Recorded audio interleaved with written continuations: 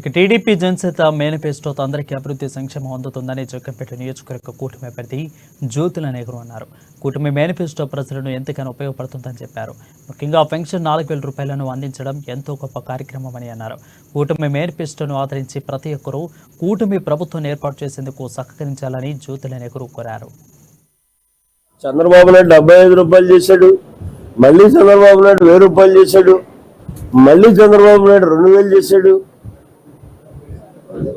ఈయన వచ్చి తోకలాగా ఇచ్చుకుంటా ఇచ్చాడు. ఇది మనసు లేని మనిషికి, మనసున్న మనిషికి వ్యత్యాసం అనడానికి ఈ ఒక్క ఫంక్షన్ విధానమే తేట తెల్లంగా స్పష్టంగా అర్థమవుతుంది.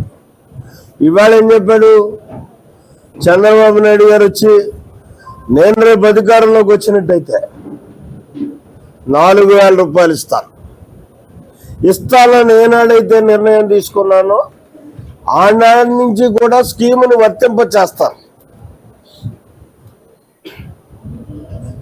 ఇక్కడ చూడండి, చాలా క్లియర్గా క్లారిటికల్గా నేను నిర్ణయం తీసుకున్న దగ్గర నుంచి రేపు నా ప్రభుత్వం వచ్చిన తర్వాత 4,000 ఇవ్వడమే కాదు,